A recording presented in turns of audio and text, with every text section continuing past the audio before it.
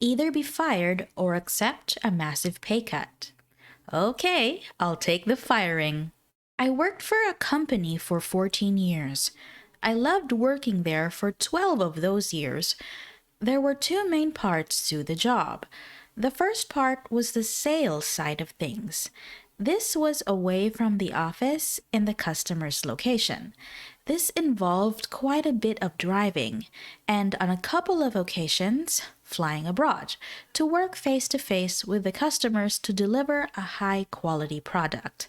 We weren't the cheapest, but we were the superior product, and I was the best employee when it came to delivering the product. I consistently got rave reviews from customers for my personal style when it came to delivering the product and executing the customer's vision.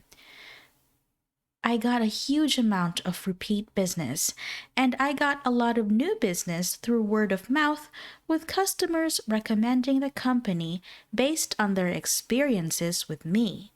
The second part was the office side. This was my weaker side. I hated cold calling potential customers with numbers I found in the phone book. When it came to answering the phone and speaking to potential customers who initiated contact with us, I was fine. But I wasn't great at making the calls. This was my only real not great part of my job.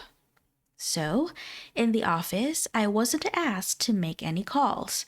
Instead, I prepared product, designed new product, trained new staff members, ended up being one of the biggest parts of my job. I was also the problem solver, helping out whenever and wherever, filling in for sick employees whenever I could. The company had been doing so well that the owner had slowly expanded over the 12 years since I started working for the company. I had joined about 3 months after he started, so I'd been a part of this expansion. I worked out of my nearest office, but often traveled to other areas to train their staff. I was loaned out, as it were, to other companies to help train their staff. At one point, I was a guest lecturer at a university, teaching medical students how to deliver complicated explanations to people who don't have the base knowledge that you yourself do. After 12 years, I was on a decent salary. Not massive, but I was happy. Then the owner decided to sell off part of the company. He was selling the area where my local office was. He told me he would love for me to remain as his employee, but I would need to work from a different office. This was either require me to move or to quadruple at a minimum my daily commute. The other option was to remain working from my current office but with a new boss. I chose the second option. When the sale was announced and we were informed that she was the new owner, everyone was surprised. She made some sweeping staffing changes. The manager left to start her own business since the new owner was also going to be the manager. A lot of staff were let go. The secretary, myself, and a couple of newer hires were kept on. The new hires were on the lowest wages, not salaries. Anyone who got to a decent level was let go.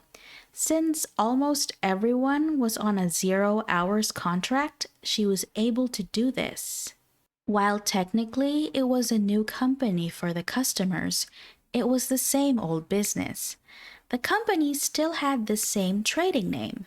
The only real difference was that there was a new owner, and the registered business name was now different.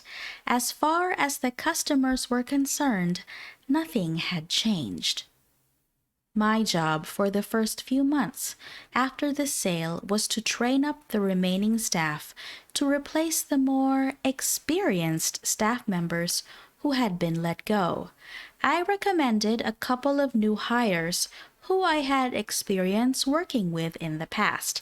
I was open and honest with the owner, and let her know that one of them was a close friend and one of them was my girlfriend. Both were more than qualified for the work and both were happy to join. My friend had recently come back to the country after a year of traveling, while my girlfriend could only work during school holidays. The owner gave them both interviews, then hired them, since we needed the staff. Over the next 2 years, the business started to fall. The reason was simple.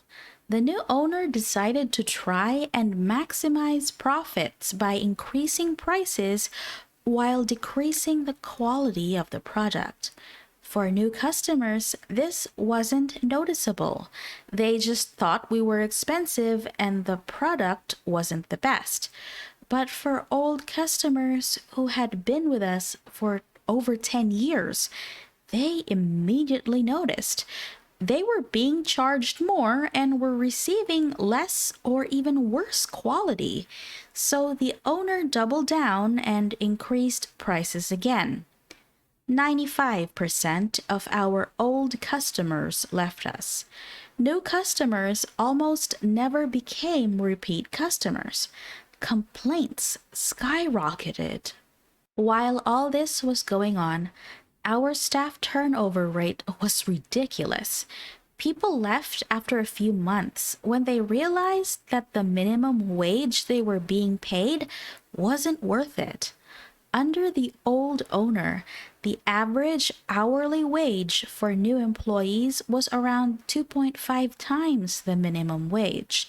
This made people care about their jobs and want to keep them. My girlfriend quit. My friend remained but was looking for something new. Then I got a phone call. The owner needed me to come to the office. This was unexpected. I had just finished working on a location with a customer. My new customer was in 2.5 hours.